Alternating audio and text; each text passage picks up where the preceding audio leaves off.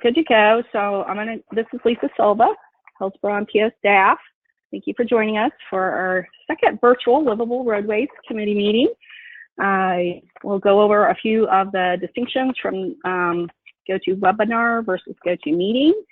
And let's see, can I get Michael's lovely face? So remind you to mute yourself when possible, and unmute yourself so that we can hear you when you have comments. If you could turn off any TVs or radios or small children in the background, that would help us have a better meeting. Thank you guys for getting here on time. When you are in the GoToWebinar environment, at the top of the screen is drop-down menus that give you the view of everyone or just viewing who's talking. Sometimes setting it on view who's talking helps you identify that a little bit better. And then change hide webcam cameras if you would like the materials that will be shared to be larger. You can also change the size of them by using your cursor to grab and move that to enlarge the text or enlarge the views of the people. If you have any video or audible problems at all, go ahead and switch over to the phone mode. And over in the audio pull down, you can see the dial-in number, the access code, and then it'll give you a unique individual PIN number that helps us identify who you are so that we can unmute you when you've requested to be a speaker. To speak, we're going to use the raise hand function. Let's see if I can move this around. Give you some of these. So you can see the little hand thing here. If you click on that, that gives Michael the cue that you're wanting to speak on an item, and then he can call on you. And then that's another great thing. If you would identify yourself like I did before you start speaking, that helps our recording secretary and our minutes be more accurate, helps the meeting flow better. Okay. And then we will do roll call in just a second. Repeat your name, wait until, okay. And then there is also a chat window. If you'd like to type in your requests, that will be monitored, and Mike will be monitoring that, and then staff will be helping do that as well. So let's go ahead and do attendance. I guess I'll start alphabetically because it's easier on my little chat window here. So we have Anna Quiones is here. You guys want to unmute yourself, or do you just want me to announce you since I can visually see you? Michael, you care? I would just do the announce, yeah, just to make it easier. So okay. So we have Anna Quiones, Kathy Coyle, David Hay, Emily Hinsdale, Jason Jackman, Justin Willits, Karen Cashin, Karen Kress, Mark Hudson, Matthew Lewis, Michael Marino, Roger Menendez, Sandra Picarilli, and Sarah Hendricks. And let me check the attendees. I might have a couple more I need to change status. Raymond Mensa. Let me see that. There we go. Panelist. Yes. And Chris Milner has joined us. Welcome. Yes. Okay. Okay, the rest are staff. And okay, so how it is we had a robocall bomb us for the Citizens Advisory Committee. It was very disruptive, lots of scatological profanity being screamed at the thing. So the meeting had to get crashed and restarted. So we've gone with higher security, which GoToWebinar affords us, but it's just a little more technically challenging to run the meetings. So thank you for bearing with us so that we can have a smooth and easy meeting. So in doing that, there are layers of priority. So everyone can join, the public included, as an attendee, and we can control and unmute them so that they can speak, but they can't just be disruptive and unmute themselves. But you guys are committee members, and we do want your full enjoyment and participation. So you have either joined as panelists or I've made you a panelist. So that gives you your own control. So that's why you see a lot of buttons over on your right to control yourself. And then Michael, our chair, and I and our IT staff are organizers to have even further controls to assist you with all of this. Okay, that being said, I think we can get rolling. So let me get rid of the notes.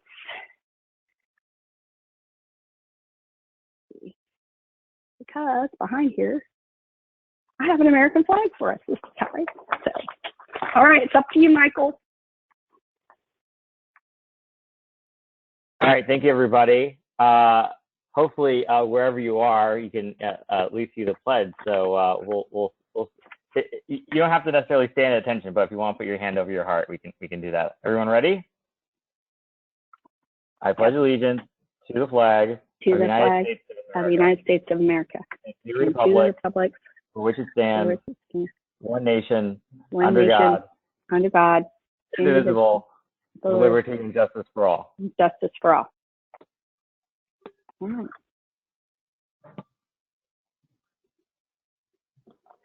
All right. So let's get going.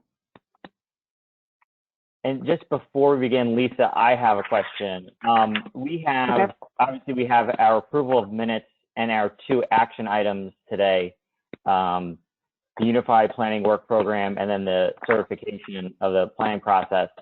Do we need to have roll call votes for those? Or can we, or are we able to do it just as we did last time, where we asked for a motion and a second, and just kind of by acclamation, and then if there was a nay vote, someone had a nay vote. But I noticed on the MPO meeting yesterday they had roll call votes for everything.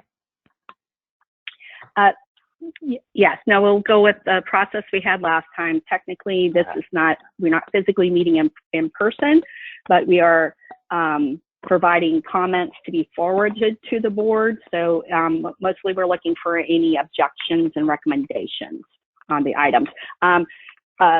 Certain items that were on the MPO board, even in times of physically meeting in person, require roll call votes. So I believe they did that, and then it was just easier because they're a large board and everything to do that. But no, we can go with our typical process.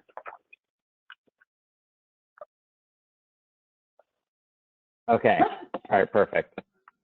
So we'll do. So we'll get started. Then we'll do public comment.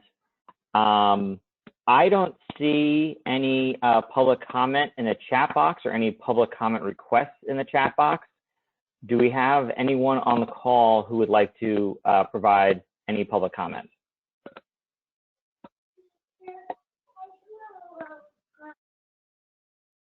I don't see any either. And Cheryl hasn't chimed in to tell us that she's got any either. And I did check my email, Facebook, and phone numbers that were provided, and there weren't any of those either. Okay, great. Seeing all comment, we'll close the comment. We'll move to the approval of minutes. Any questions or comments on the minutes from the March 25th meeting? Okay, seeing none, do we have a motion to approve the minutes?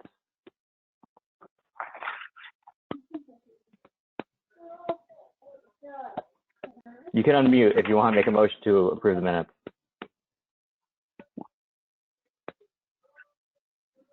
All right, Kathy moved. Do we have a second? All right, Chris Milford, second. Yeah. All in favor, say aye. Aye. All opposed? All right, so the minutes are approved. Yeah, really we're just looking for revisions. Okay, great. Okay. All right. All right. Now so, let me, all right. Let me get Allison's PowerPoint open. Yeah, so our first action item today, fiscal year 21-22 Unified Planning Work Program. Hopefully you could see Allison's slide on your screen via the screen share. If not, they are also available on the Planning Commission's website. So today's agenda is available on the website. The presentations that we'll go over today are also provided there. So Allison, if you want to go ahead. Sure, can you hear me? Good morning, everyone. We can hear you, go ahead. Okay, great. So this item before you is the draft fiscal year 2021 and fiscal year 2022 Unified Planning Work Program. Next slide, please. Okay.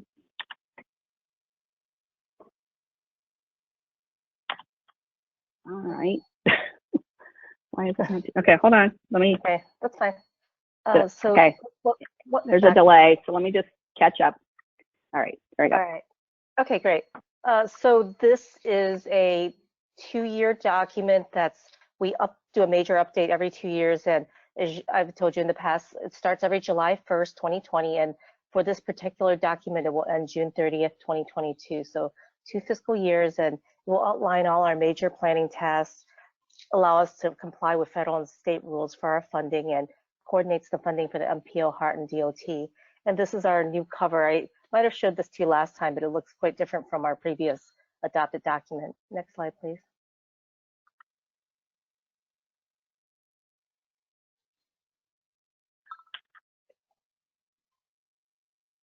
Okay, before we get into the projects that will be in the new work program, wanted to do a quick recap of what we've done in the past 2 fiscal years. The major product for this time round was the 2045 Long Range Transportation Plan, and I think all the committees went on that journey with us, doing multiple levels of data analysis and review, outreach, documentation, enormous outreach, and then finally with a compliant document.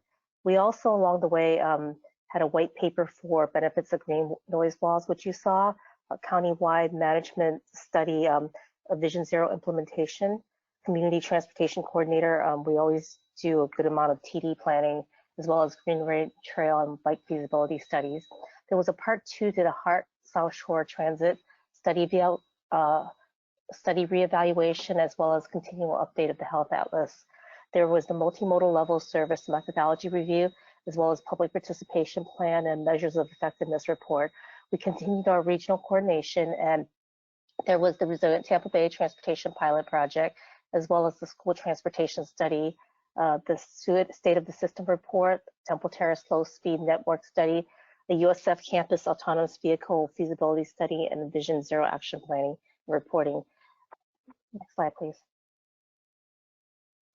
There are a number of projects that they started this fiscal year and will continue into the next fiscal year, and maybe even the one following that. So that is the Data Platform Performance and Monitoring Project Evaluation, part of our performance monitoring metrics, the Crash Data Portal, as well as the Equity Scorecard that we're doing with Cutter, the Plant City Transit Feasibility Plan, as well as the Vision Zero Corridor Studies for unincorporated Hillsborough County, and the Regional Long Range Transportation Plan. Next slide, please.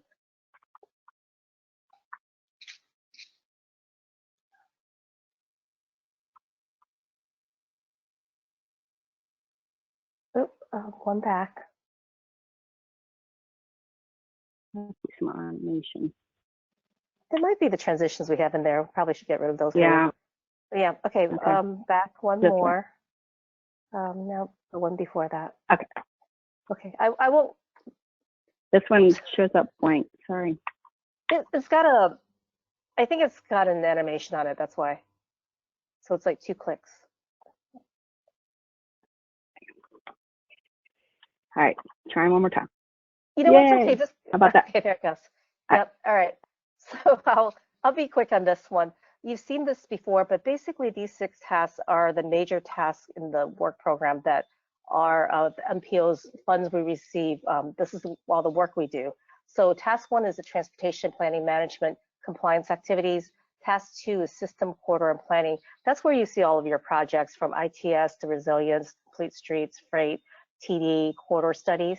Task 3 is the long range transportation plan and data collection activities.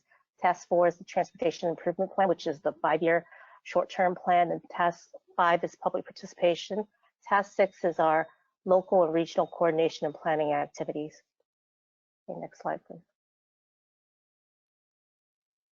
This is just to give you an idea of where we spend our time and where the money for those tasks go. You'll notice that the light blue is system corridor planning, and the yellow is transportation planning and data collection. That's about 62% of our tasks. And if you add that to our transportation improvement plan, our public participation plan, and our local and regional planning, that's 90% of all the work we do outside of the compliance. I just wanted you to see how that broke down in terms of the work that the MPO did. Next slide, please.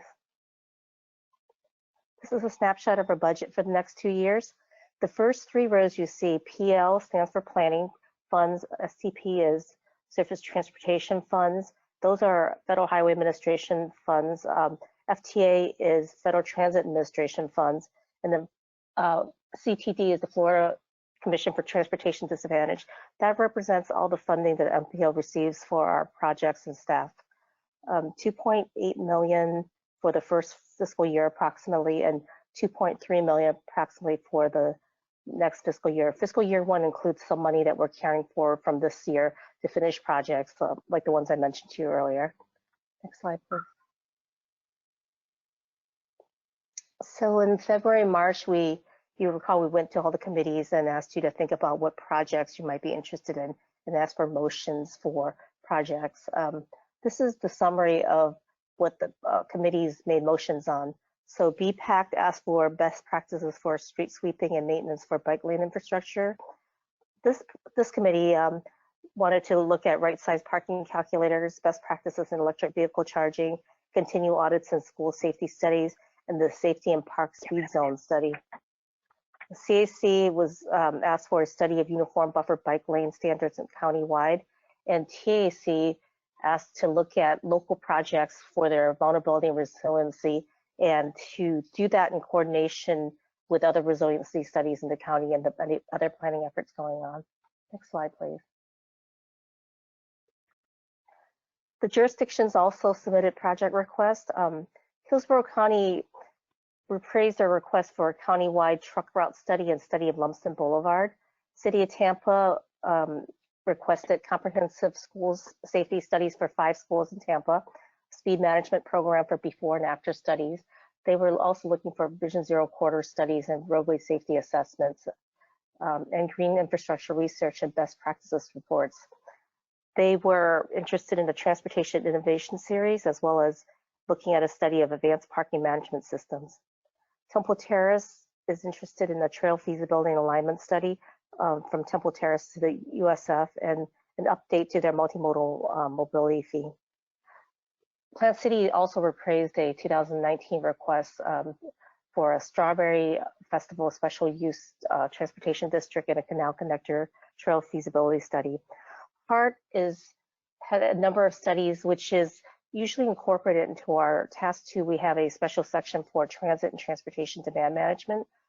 So there is a bus stop inventory assessment listed, as well as a tri-area circulator project, an on-demand downtown circulator, the CSX rail service study, ferry services study, and streetcar extension study.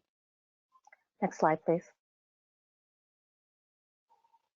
So as part of the federal and state compliance, there are a number of projects we need to do, and we've labeled these critical path projects and the analysis associated with that.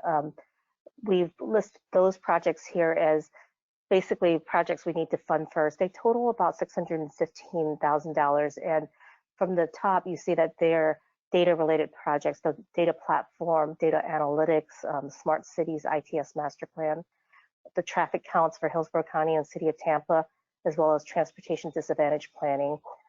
We are continuing our community engagement with the USF Department of Urban Planning Fellowship Program, as well as continuing Vision Zero implementation and reporting. We are completing the Plant City Transit Plan. That's one of the ones that have started this year and need to be completed next year. As well, we're continuing our coordination with the other MPOs in the region through the MPO Chairs Coordinating Committee. Next slide, please. Hold on. Okay, perfect. There's going to be 2 clicks in here, but you can do that now or in a minute if you want. So after we funded the critical path projects, we wanted to look at studies that have come up for consideration. A lot of these have been brought up by various people and entities. On the top of the list and prominent in everyone's mind is the I-275 Boulevard Conversion Study, phase 1.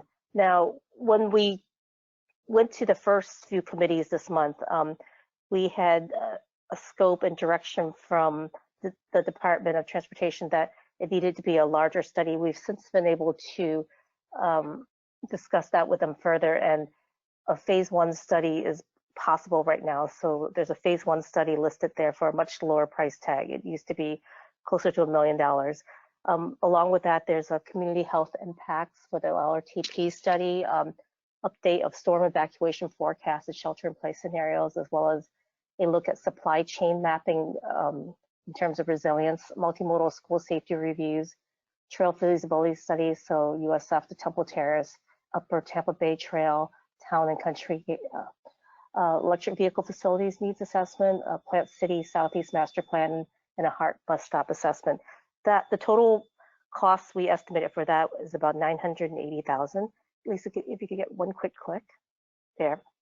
Okay, but the funding we have available after the critical path project you saw in the previous slide is closer to $900,000. So it's not quite enough to fund all these projects. And yesterday at the MPO board meeting, we also showed these slides and asked the board members to think about the potential projects, think about all the committee and jurisdiction requests, and come back to the MPO in a, hopefully in a week or so with their top 5 preferences. So that's still pending for the final document. Next slide, please. So here is the general schedule. This month, the draft is going through committees. We've received comments from Federal Highway and Department of Transportation. On May 13th is the final adoption of the document. That's where the final draft document will be, and it will be effective July 1st of this year. Next slide, please. And I believe, as Lisa said, we're, instead of doing an approval, we're doing comments and objections today to bring forward to the board. Thank you. You did. Okay, thank you, Allison. I know Matthew Lewis had a question. Matthew, if you want to unmute yourself and you could ask your question. Okay.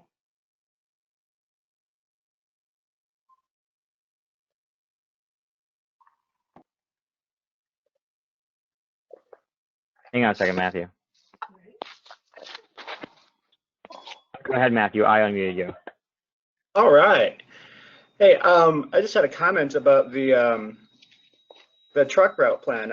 It was brought to my attention last week, I believe, that that has not been reviewed and updated since 2005, which really probably means 2003 and 2004.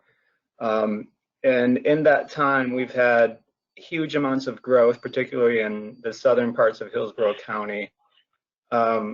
Changes in the way that business is done probably accelerated in the last few months with the Amazonification of retail, and probably some changes in the distribution of industrial land uses. I know the area south of Temple Terrace has seen a lot of industrial growth.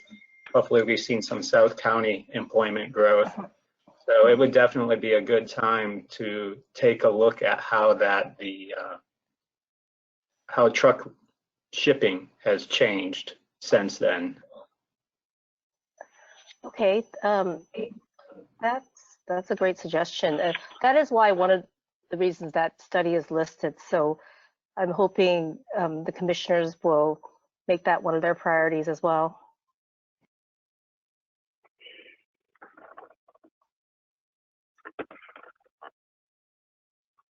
This is Michael Marino. Yeah, I had a question about that. So the commissioners at their next meeting will make their sort of top 5 list and then, you know, vote on a top 5, or how is that process going to go? And then what is the opportunity for this group to either forward or provide additional suggestions for some of the stuff that may fall by the wayside? I believe, well, CAC had a lot of comments on this, and I guess the CAC meeting was before the MPO meeting, so they actually reported on their comments on that at the MPO meeting. I think we can forward comments to Lisa and then via Beth. Beth is going to receive I don't know that they're going to vote on it. They're going to look at all the submittals from the commissioners and kind of come to a consensus or do a list that's acceptable. I don't think it's not going to be voted on at the meeting, at the MPO meeting. At that point, we're going to adopt the document. So it's going to be, I think we need to take comments here, send any additional comments to Lisa, myself, and Beth, and then so that can be forwarded on to commissioners. Okay, and then the other comment I want to make, and correct me where I'm wrong on this, but there was a discussion at the MPO meeting about should the studies or should understanding of the studies come with the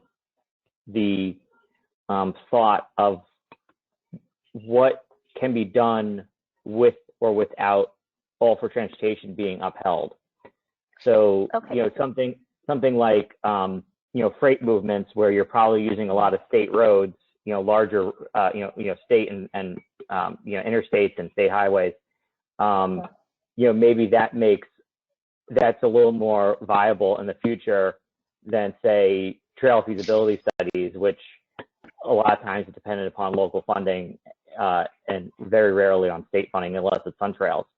So can you just explain a little bit of that conversation that was at the MPO, just so our folks have an understanding of what the MPO commissioners are thinking about? Sure. When I heard that, I wondered if there was a confusion over, what's funded, what's not funded. So the critical path studies, that previous slide, that's already calculated into our funding because we believe those to be our required activities. So we have to report on certain performance metrics and, for safety and for travel time reliability. So that's why those are funded already. This money that you see in the orange box here, the $894,929, that's what's left. So we could almost fund everything on this list here. What's not certain is the other requests that you saw from committees and jurisdictions. Now, some of those projects probably could be done in-house by staff according to, within the 6 tasks that I talked about. I guess none of the projects you see here, the potential or the critical path subjects rely on surtax funding. This is all just what we have in our MPO budget right now. So I thought there might be confusion. Like this is already funded, the 615. I mean, this could be funded based on our budgeting. Okay, yeah, and definitely, I appreciate you clarifying that because I think that that was confusing because like what you said, this slide, there's some potential studies. The questions, I believe it was school board member Stewart and Commissioner Overman and Commissioner Smith and Commissioner Kemp. They were the ones kind of dealing with the discussion of this aspect, and we're talking about this while the BOCC is meeting and potentially talking about an all for transportation backup plan, whether or not that actually happens. So we're having these parallel conversations, at least in terms of timing wise. Anybody else have any comments or questions? We'll just open up to the floor here because otherwise, the recommended motion for us is to, correct me where I'm wrong here, Allison, but it sounds like the MPO is taking comments at the next meeting. So is our recommended action still to recommend approval and forward to the MPO for adoption? Yes, yes, to move this draft forward to the MPO for adoption. A lot of the things, So if you have, this is Lisa. Yeah, if you have comments on the potential studies or any of the studies that Livable Roadways recommended that you don't see in this list, that we want to point out that like these are just rough estimates of what we perceive the cost to be, and this is how much money we have, but the studies cost more the amount of money we have. So if you have a strong yay or nay, it's our opportunity to provide those comments to the board for their consideration as they do the same thing. Yeah, I would say the top study there, the Boulevard study, that's a fairly realistic number. It's a lot better than what we were looking at before. The other ones are based on historically what we know about this type of study. So they are more preliminary estimates. And then for those of you, if you can't see the chat box, arrow on the right side of your screen, you have these tiny little arrows. If you click the chat box button, you can open it up. Kathy Coyle mentioned that the city of Tampa did a truck route study that was completed in February 2011. I know they're doing a mobility study right now, a citywide mobility study. So that's moving forward. Kathy asks, has there been any discussion at any level about studying drone delivery paths? I don't know. I think T. Barta talked about air taxis, so maybe that would be part of that discussion. But drone studies could be part of the freight supply chain. Yeah. And or smart or cities. Even the ITS. Now, yeah.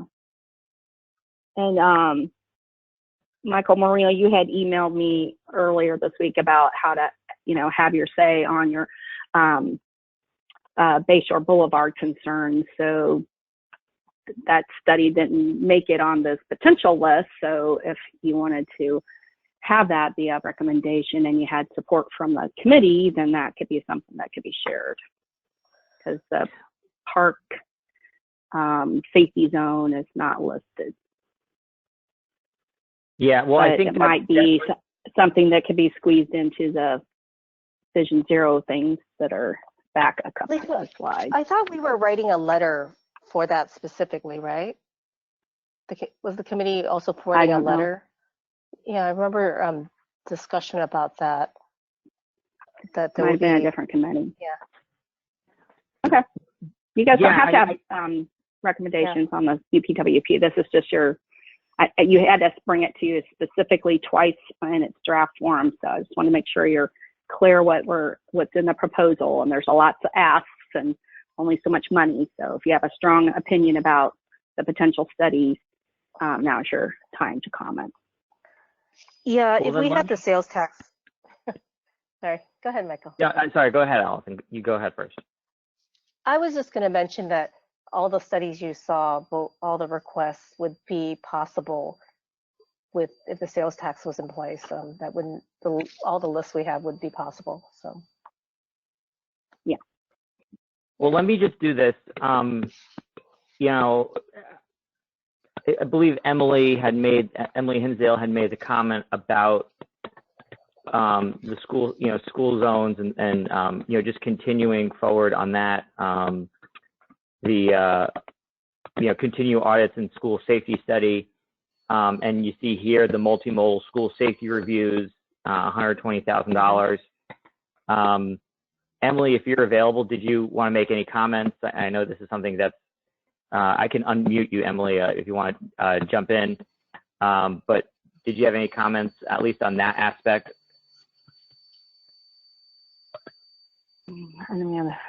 Yeah, I just think that still needs to be a major priority for us. Children don't really fall many other places in a lot of these studies. They maybe you could argue that they're falling under some Vision Zero and community health impacts, but that is school transportation is a major part of transportation throughout our county, and I think needs to remain a priority. Okay. Thank you. Okay. Thanks. I think we've got some good comments then. We'll capture them all and provide them to the board as part of the chair report, et cetera.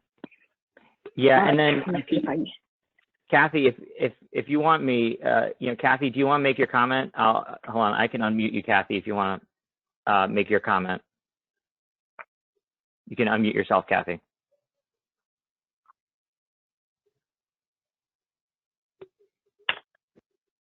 Okay.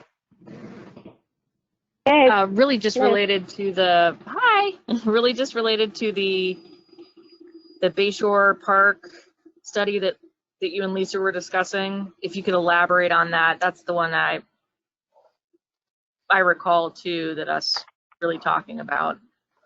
But I can't elaborate on it right now at the moment. I'm sorry, Michael. Michael, you want to explain it? Yeah. And sorry, Kathy, I muted myself, so I just I had to be back on mute. Yeah, just for those who recall, basically you create, think of a school zone. The way you have the speed down, slow down 25 miles per hour if you're in a school zone or whatever the speed limit may be.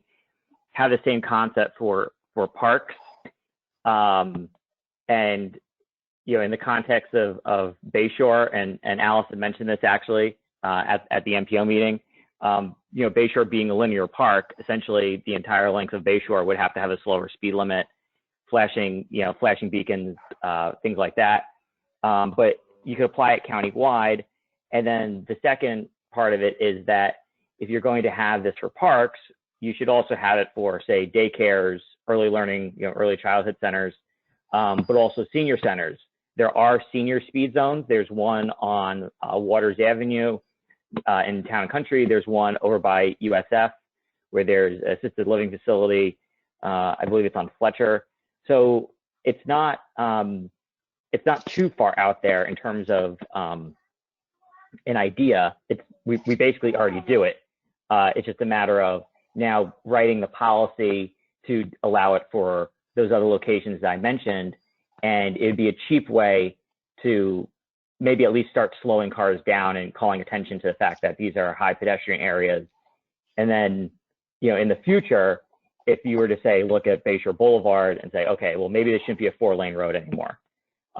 You would have a little bit more data to go on because you had just done this, speed zone study. Roger, you had a question. Let me see if you, I'll go back and unmute you, Roger. And then you can unmute yourself. There, go ahead, Roger. Ask your question. Okay, this is not directly at Michelle's presentation, which I don't have a comment about, but it's kind of a sidebar kind of thing. So what is the current situation with the funding and the court case and all that? The penny. Well, I'll take that, and then Lisa or Allison jump in where I have it wrong. But right now, the case sits with the state Supreme Court. The state Supreme Court can either invalidate the whole thing, or they can invalidate parts of it. If they invalidate the whole thing, that's the belief of members of the county commission, which is why they're discussing or have been discussing having another referendum go on the ballot in November that would not exactly be the same thing that was passed, but be close. It'd be roughly 59% for roads, 40% for transit, 1% for planning. The current plan that had passed was 54-45 and 54 for roads. But the concern of the members of the county commission is that because the makeup of the Supreme Court right now, which only has 5 seats, there is a possibility that a 3-2 vote would further delay this process, because the state constitution says you have to have 4 votes. And obviously everything else going on, the Supreme Court has decided they will meet virtually. So there's a possibility that they could render a decision on offer transportation by June. But there's also the distinct possibility that they don't, because they don't have enough members of the Supreme Court to get 4 votes, which further delays it. So that's a major concern, because we're all planning to, we're planning for something that may not happen, but has already passed with 57% of the vote. And then the last thing I'll add about that is, depending upon how the Supreme Court rules, it will create, or it could create, issues with other county referendums, because there are other county referendums that have the same elements as ours did. So it's gone from, say, just a Hillsborough County issue to now a statewide issue. That's a long answer, but I've had to do a lot of research of this for my own company. But you know, Lisa and Alice, if there's anything you have to add, you know, please do so. That's a good summary. No, thank you, Michael. That's excellent. I appreciate that.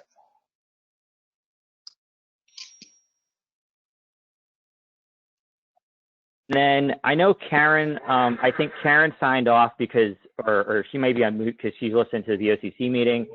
I know, you know, she was talking about the electric car, you know, electric car stations and, you know, whether or not that's something, best practices. And then Sarah Hendricks was talking about the right size parking calculator. Sarah, if there's anything that you wanted to add about that issue.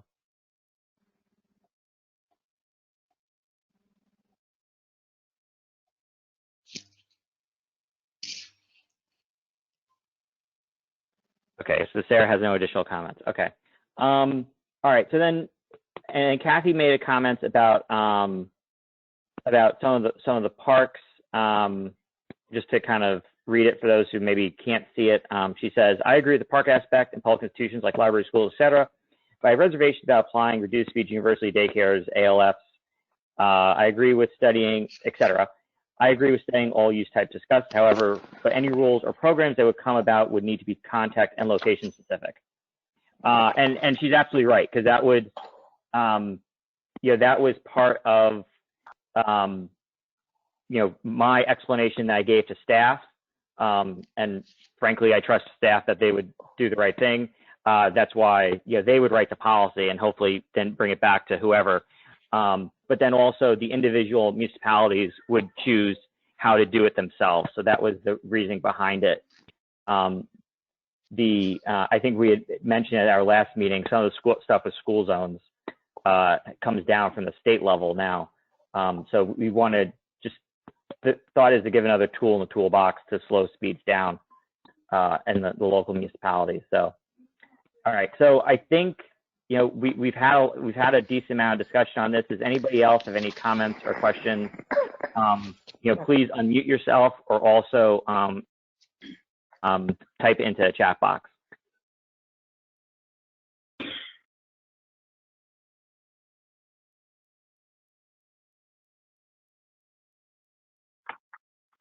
All right, seeing none. And Alice, I just want to kind of, you know, recap this one more time. So it is, Sure. Our responsibility right now is to provide comments. Is that correct? Or is it to recommend the action? Well, we'd like to have comments and then recommendations, and one of them being to forward this to the MPO for final adoption.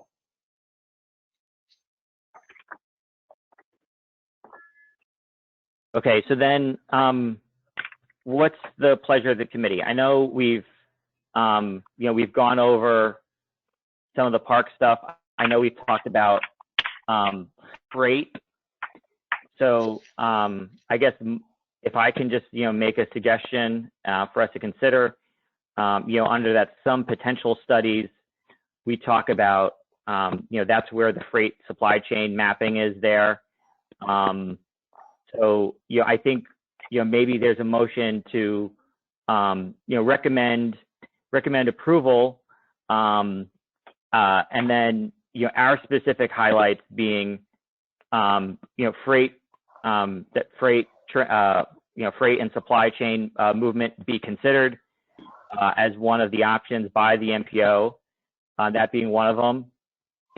And then going back through, you know, looking at Kathy's comments, to consider, in addition to the trail feasibility studies, looking at safety and speed zones around parks, and that being advanced, you know, maybe taking that from LRC motion earlier, and then if you just give me 1 minute here, I don't think, I know there is I believe the city of Tampa is doing a parking study. Correct me if I'm wrong there, Allison. I know that has come up, so maybe that doesn't get to the same level as what Sarah had mentioned, Okay. or the same level of what Karen had mentioned about the electronic charging stations. Okay, so there's second, sort of like second priority, the charging stations and the parking study. Okay.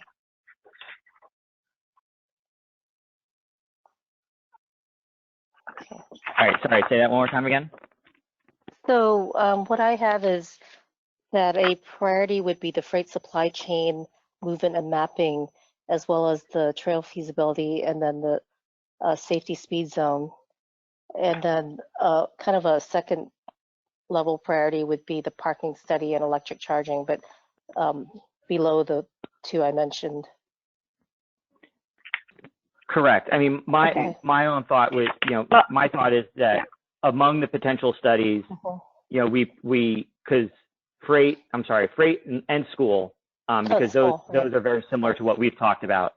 So freight, school, you know, if we're sort of building our top five, our own top five, freight, school, trail feasibility, and then, you know, then going back truck. to, yeah, so The truck one was mentioned. yeah, so And freight, then the so park. freight, truck supply, yeah. Safety, school safety reviews. And So that would then, be and yeah, we want to, secondary. yes, like correct. 6 We or want to 7. advance, in my opinion, we should advance our own projects. Like, we should not, we should definitely suggest the ones we've already suggested. So that's why I would say of the potential studies, and you know, someone jump in here or you know, mention it in the chat if you disagree.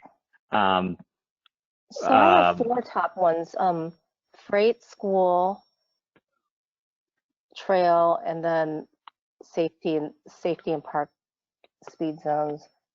Is the fifth? Okay. The other 2 are secondary. I think, I think we're getting into the nitty gritty. So we agree with the UPWP in general, and we have some emphasis on the potential projects for consideration. And I'll take all the chat comments and all of the verbal ones and summarize that for our feedback. So unless a committee member has any opposition to what Michael stated, I think we can declare this handled. Correct. And I just one more thing. So I think Kathy is accurate, looking at all methods, not just truck and rail. So include that in our comments. And then Chris's comment about freight curbside management, I think that may be more of an issue for, say, you know, planned developments and things like that. That may be a little bit outside our bounds. Right. Well, right now we're just identifying studies. The details of the studies don't fit on the PowerPoint slide. So we will study all that, and we'll come to you guys and get feedback, and the public will have feedback on all of these studies. We're just stating that we're going to do a study in this topic genre right now. So we don't have to worry about all the little nuances of what we get in there. So I think we have great direction, and given that we're going to, you know, approaching 10 o'clock, I think we need a. Yeah, we need to get moving. Yeah. All right. Thank you for all your time. Thank you. Yeah, thanks. Okay, so we need to make a motion and a second and approval, correct? No, just given the feedback, I will summarize and provide it. Okay. Thank you. Thank you. Okay, so then our next item, the annual certification, the MPO planning process. Rich. And Rich, I made you presenter instead of a panelist, so you have control of the screen. So I need you to share your screen, because I have your PowerPoint up, but I've heard that the committee's not seeing it from my computer because I made you presenter. Oh, okay. Can you hear me? Yes. All right. Because we're waiting to see Rich Clarendon's screen. All right, hang And on a I've minute. asked, yeah. I'm sorry. P and for presenter and P for panelists. I just accidentally grabbed the wrong one. Let me see if I can pull it up on my own computer first. Yeah. I tried. Oh wait, change presenter. I can change it back to me. Okay, there we go. Okay, show my screen. Yay. Okay. Phew. Jason and I couldn't figure that out while we were having that whole discussion. So I have you open, and I will hit full display as soon as I get it. My little boxes out of the way. Yay. All right. You're on your title slide. All right. Somebody on the committee confirm that you're seeing the title slide for the joint certification. Or Rich, are you seeing that? I can see it. It looks beautiful. We can see it. Okay, great. Go. Okay, sorry. Yeah, we're doing this on the fly a little bit, so I apologize. Anyway, I'm Rich Clarendon. I'm the Mpo Assistant Director. And this is something we bring through committees more or less every year. Next slide, please.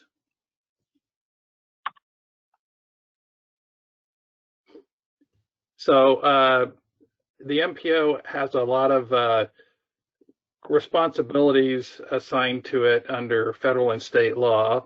And what the certification is sort of a report card on how we're doing. And we do it jointly with our friendly overseers at FDOT every year. And then every fourth year, we are treated to a visit from the Federal Highway and Federal Transit Administrations. They actually come down and sit with us for usually a couple of days and kind of go over everything. So that's not what happened this year, but we are working with FDOT to create a report card on what the MPO has done for the last year with the federal and state dollars that it gets for planning purposes. And usually encompasses three things: notable achievements, in other words, where we think we've gotten a gold star, recommended and corrective actions, those are areas for improvement, and then corrective actions are sort of mandatory, thou shalt do these things if you want to continue to get state dollars and federal dollars. And then there's a host of federal and state rules that we need to comply with. And I'm not going to go over all of those, but we did have to go through a fairly extensive checklist and submit that to the state. So we do this every year. It's a requirement in order to maintain our eligibility for the state and federal grants that we get for MPO planning purposes. Next slide. So next slide, please. So one of our more notable projects that you all may have heard about or participated in is the Resilient Tampa Bay Transportation Project. This was something that actually we were one of only 19 organizations around the country to receive extra dollars for a pilot project that FHWA sponsored. It's to look at vulnerability, and this is, in our case, considering vulnerability to flooding, sea level rise, inundation, extreme precipitation. We've been at this for at least 10 years with varying degrees of, or I should say, increasing degrees of specificity. But we are looking at, how to mitigate risks from inundation and flooding, essentially, and what that might mean to the transportation system and the county's economic viability as a whole. What's different about this one, this effort in the last year, is we've sort of expanded the focus to cover 3 counties, including Pasco and Pinellas. We do feel like we're sort of in the lead on this statewide. We were recognized by the Florida Mpo Advisory Council as a noteworthy practice winner, and we've also been cited as a best practice in a number of publications and webinars and the Transportation Research Board. Next.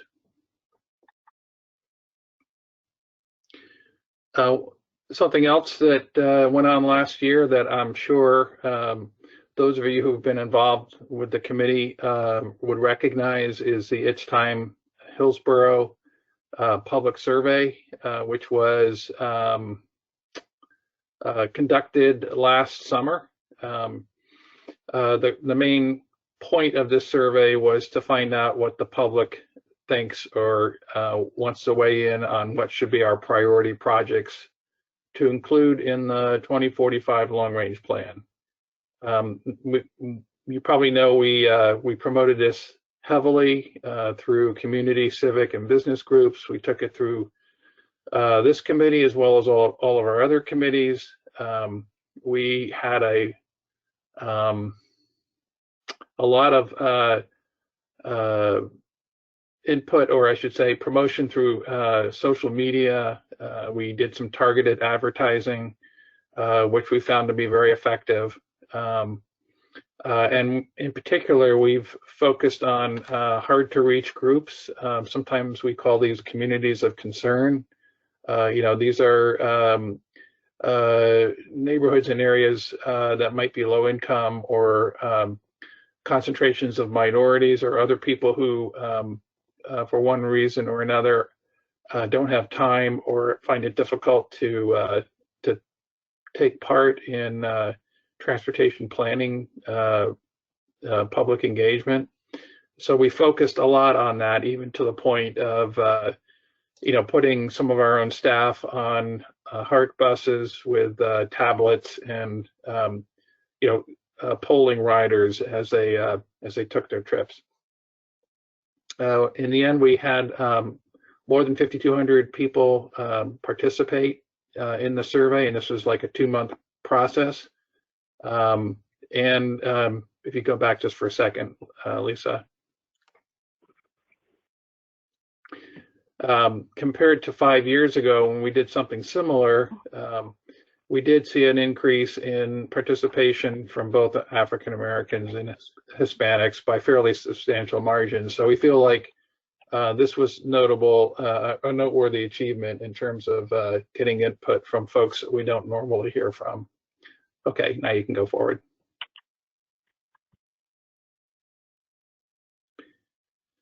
The Gulf Coast Safe Streets Summit was held last November. I'm sure some of you may have attended that. This was something that we put on along with 5 other MPOs in the region.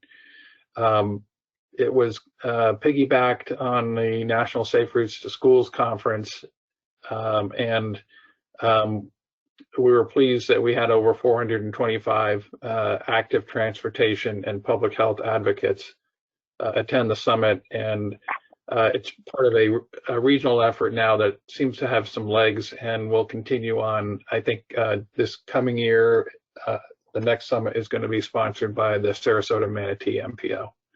Now you can go forward.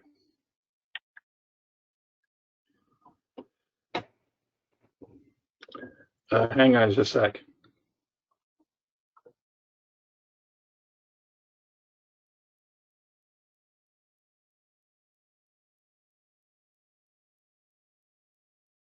Sorry, I have somebody printing something, the printer right next to me.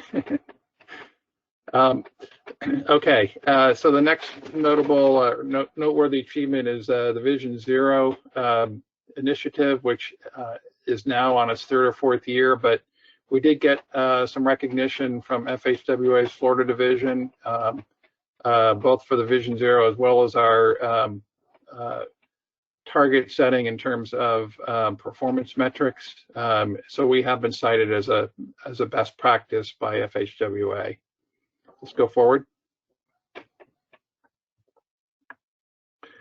The Healthiest Cities and Counties Challenge is something that we've been participating in now for a couple of years. We were a runner-up for the grand prize.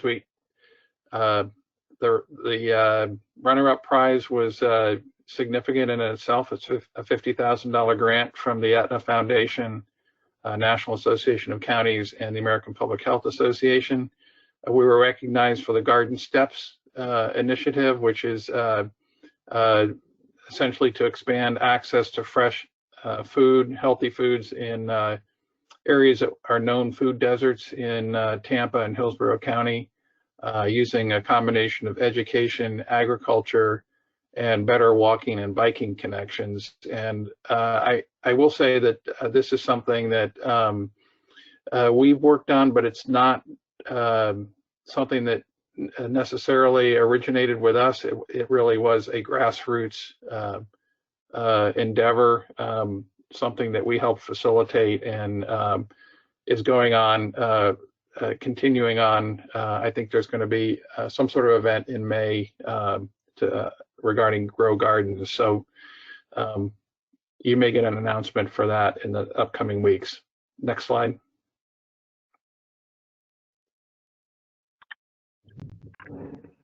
Next slide.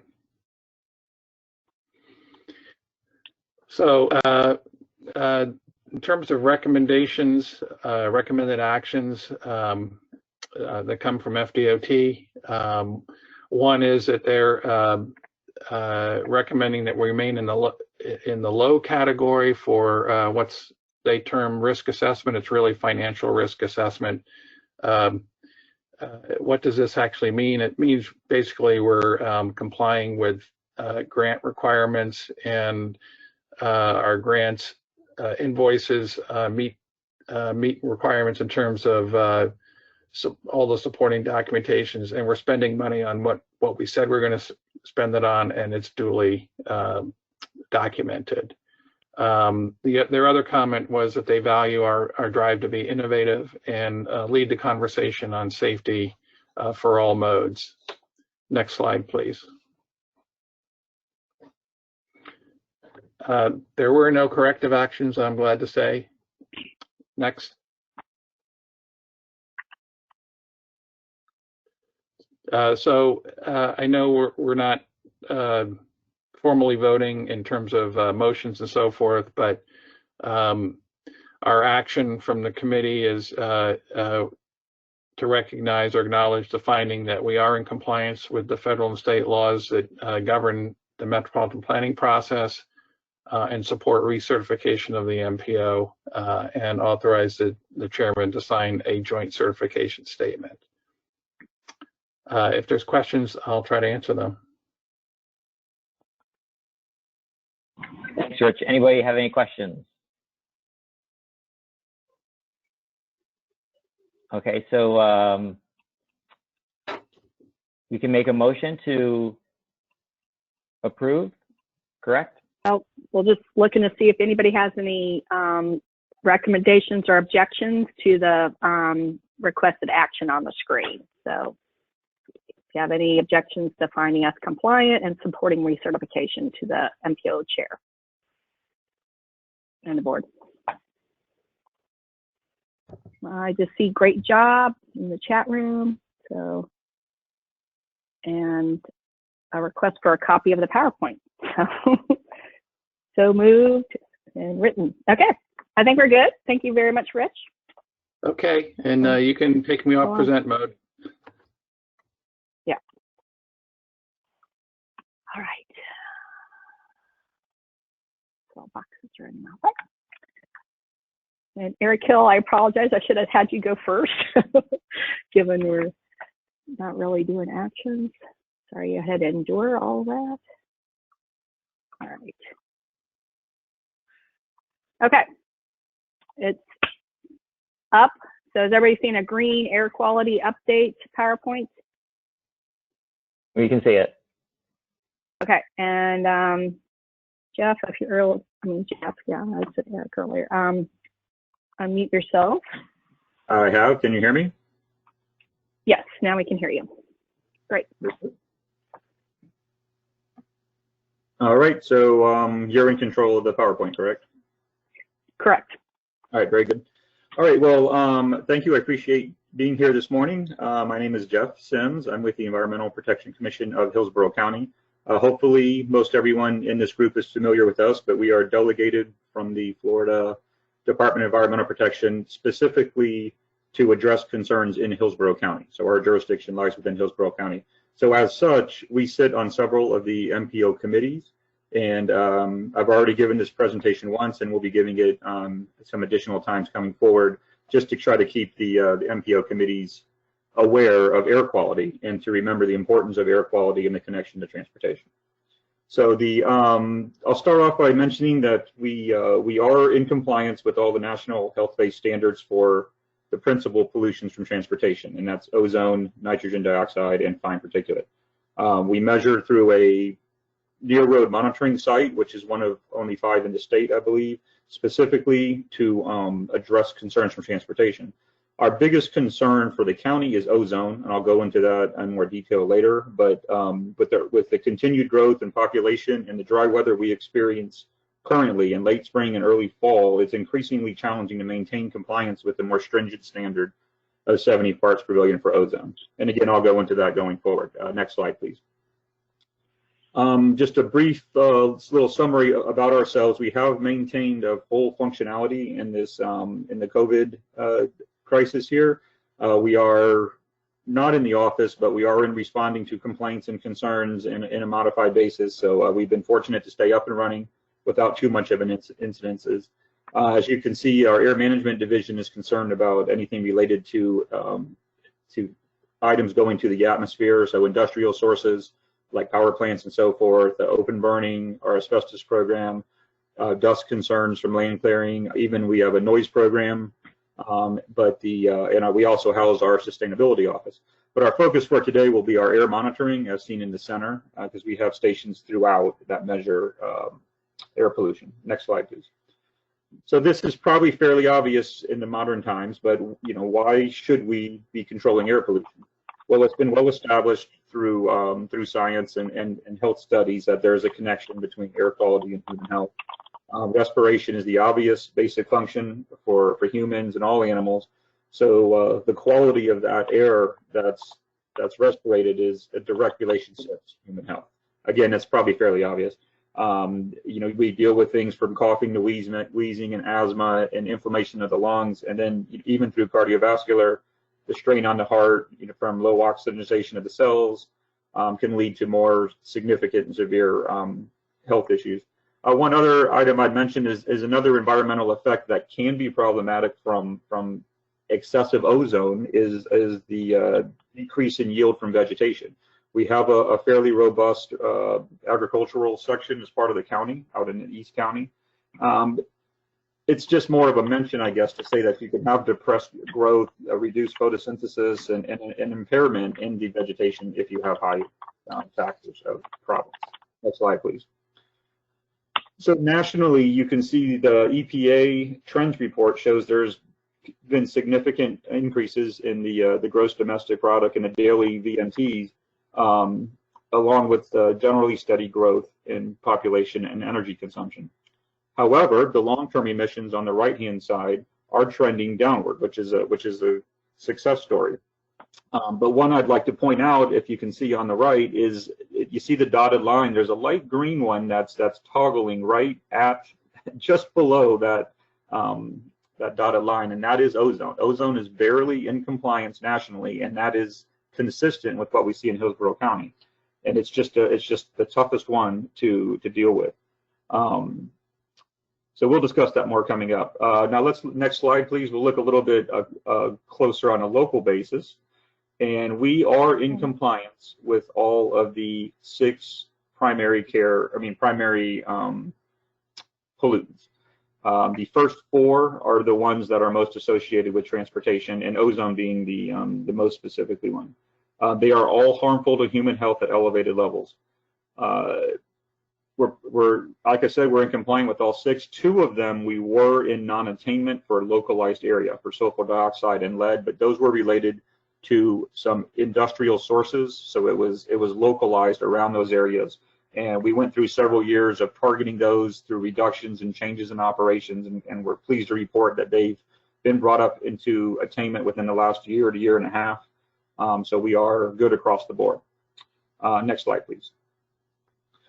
So as I mentioned, our monitoring network is significant when we deal with this kind of study. On the left, you can see that we have 11 air monitoring stations. Some of them run continuous 24 hours, and some are filter-based, where they have to be samples. Staff has to go out, and sometimes a daily basis, to retrieve and swap out samples. They measure the regional pollutants for population exposure. And you notice that the primary ones are canvassed around the bay. That's in its shoreline. That's primarily because of all the industry located along and around the bay, and also the way the transportation is laid out. It surrounds it, so it's kind of an obvious choice. Our most robust site is out in East County at Sydney. The one I'm going to highlight, which is the picture on the lower right, that's called our Monroe Station. It's the one I mentioned. There's only 1 of 5 in the state. It's specifically put in place to measure the impact of motor vehicles and primarily heavy duty diesel soot. It's located just south of I-275. It's right near Julian D. Lane Park. Hopefully you kind of get a perspective there, just to the west of the park. And it started in 2016. And it was cited here because we wanted to have it next to the highest traveled roadway segment, so it's representative of population exposures. Next slide, please. So this is a chart. I tried to grab one that was fairly representative. It's the way this data is retrieved. You really need a wide scale to look at the trends, but it's hard to show that kind of data. This was just 3 days from back in February, from 18th through the 20th. And the wind direction is a significant issue when you deal with a single source. And for example, on the 18th, the wind was coming from the south, which would explain the dip on the first day, because the monitor wasn't seeing as much from the interstate. On the other days, it was from the northwest or west, so it was more reflective. But over a long-term trend, it will mimic what you would expect, that you have hourly peaks. Usually around 8 in the morning, and then usually 6 to 7 o'clock in the evenings when the most traffic is on the roadway, which is, again, what would be expected. Of most significance to all this, however, is that all of these concentrations are well below the health-based 1-hour standards. And this is for nitrogen dioxide, carbon monoxide, and black carbon. So one question that's a little more topical right now is with the COVID-19, is the isolation and sheltering that's been in place, it's significantly reduced traffic on local roadways, so is the air quality better? Well, intuitively, there's less vehicle emissions, so there's less pollution in the local atmosphere. Using this station's data, we compared this past March is average to the previous 3 years average from the March for the month of March, and we saw roughly a 20% reduction in nitrogen dioxide. So it kind of made sense. You really need more data to kind of validate, concrete statements, but that seemed to be in place. Across the state, they're showing about a 10% reduction in carbon monoxide, specifically down south. So it is suggesting that, yes, what we would expect to see is in place. However, all pollutants are not created equal, so we're going to talk about ozone because it is a little bit different beast. Next slide, please. So hopefully most people are familiar with this, and one thing to recognize is the difference between good ozone and bad ozone. The good ozone in the upper atmosphere helps shield the earth, and that's a positive part of what we deal with. But the negative is the ground level ozone, and that's due to the formation from 2 primary pollutants, VOCs, volatile organic compounds, and NOx, and it's amplified because it's formed with sunlight in a reaction. It's different from most every other pollutant. So that's why certain areas of the country and certain times of the year are hotter times for ozone. So one of the factors that was most noted back when 1990, when some of the Clean Air Act and things were being modified, industry was the biggest source of NOx. But as regulations have been put into place, it's now turned to where transportation has become the dominant factor in generation of the NOx, which of course is the big contributor to ozone. So as you can see on the right, what is that, 58% between mobile and non-road mobile sources are the contributors there. So it's something that we really want to target to control where possible. And as mentioned, the impact of the meteorological factors are significant. Next slide, please. So briefly, I just wanted to mention, if we were to go non-attainment, which we are in attainment, so don't anybody panic. But if we were to go non-attainment, there are a series of events that would go through, and some of them could be more taxing on everything. There's a state plan would come into place that would have to be followed and developed. The CMAQ money could be affected on how some of the potential funding would be distributed. MPO would be required to conduct conformity, which includes modeling and would increase staff involvement on things. There would probably be tighter requirements on industry, increased costs. It would make it less attractive for some businesses to relocate to the area. So there's a whole series of events that could take place. But I will go on to the next slide, because we are in attainment, and that is the good news. And we've stayed there, but we are close. The standard is based on the fourth highest reading from each year, and then it's averaged over 3 years. And you can see we're just below 70s on the right-hand side, roughly 67, 68 from our highest reading monitor, which is in South County. On the map on the left, I know it's kind of small, but what you will note is that we are the highest in the state. There's a series of factors that are most likely, we can't concrete say these things, but it's, the way the traffic patterns are laid out, all the industry located on the bay, and the fact that we are not directly on a sea breeze because we are an inlet with the bay, are all likely factors into why we see these higher levels. So we are in attainment, but like I said, we are in the higher end, but fortunately we are pretty stable there. The COVID-19, so I wanted to mention that a little bit. So are we seeing lower ozone? Well, not necessarily. And that's because the ingredients to develop ozone are still in place, and it's a complex scientific reaction. So the meteorological factor and the intensity of the sun really drives how high it can get, and that's why it is right now. So much so that on April 3rd, we actually had an exceedance, which is fairly rare. We only usually have a couple a year, and we had an exceedance at our Gandy site of 71. The other two were below, but that one was higher. And that was because we had a cold front come through, and following the cold front was very dry air, which is very common this time of year. That dry air heats rapidly, and then it led to us spiking on that day. Since that time, we've been very moderate or below, but you do get those spikes this time of year. The likely scenario is when we saw that 71, it might have been a 73, 74 if there had been more transportation on the road. We don't know. We couldn't make that. It's just a speculation, but these are just the feedback from the numbers. So next slide, please.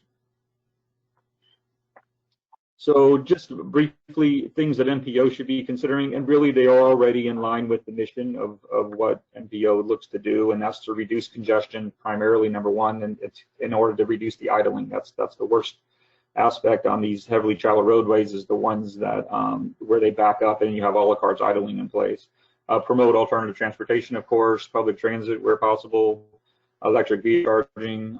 Those are all positive things that the board could be looking to go forward. The next slide. Locally at EPC, we try to take on these initiatives, lead by example where we can. We have two currently electric vehicles in our fleet, along with compressed natural gas and several hybrids. We have 2 public charging stations on site. We also have 2 private ones for our fleet. We do quite a bit of outreach talking about this. We are a founding member of Clean Cities Coalition, whose mission is to reduce diesel usage. We also have some programs where we have some staff can leave right from their homes to head straight out to inspections if they route the inspections on that side of the county on certain days.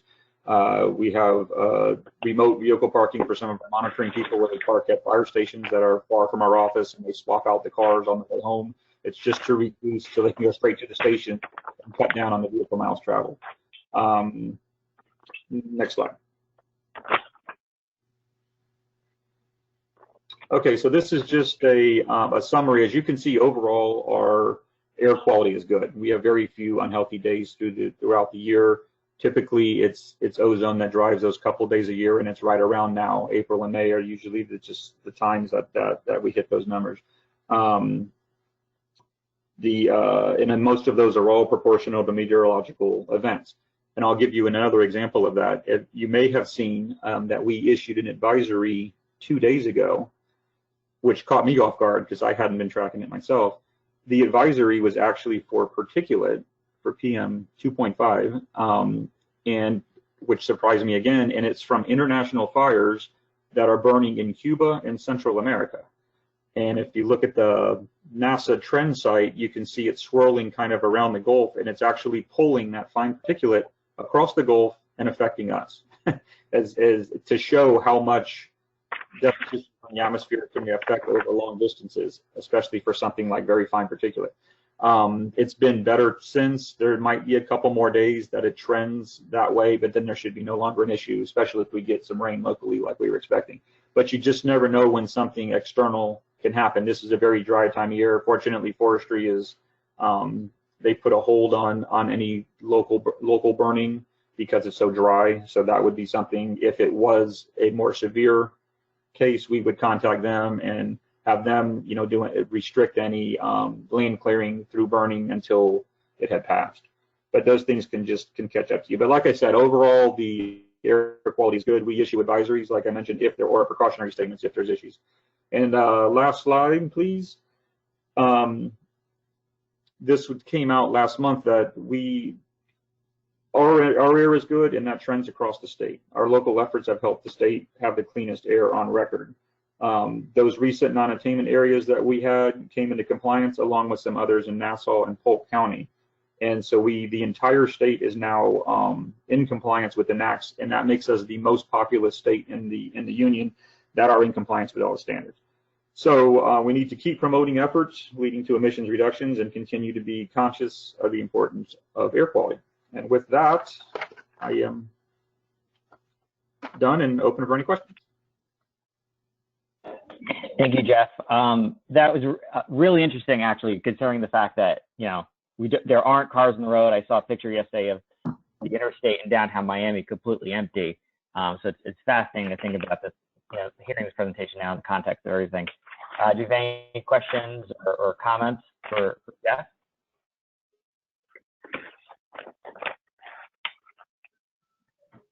Okay, seeing none. Thank you, Jeff. Thank you. We'll go to old business and new business. Anyone with any old business or new business? This is Lisa Silva. Just want to remind everybody that we'll probably be virtual in May, and our meeting is May 20th, which happens to fall on the third Wednesday this month. Thank you, Lisa. Well, first of all, just to close the meeting out, just want to thank everybody for participating as we continue our adventures and working from home. Hopefully, you all stay safe and stay healthy with your family and your friends. And we'll adjourn. Thank you, everybody. Have a good afternoon. Bye-bye. All right. Thank you.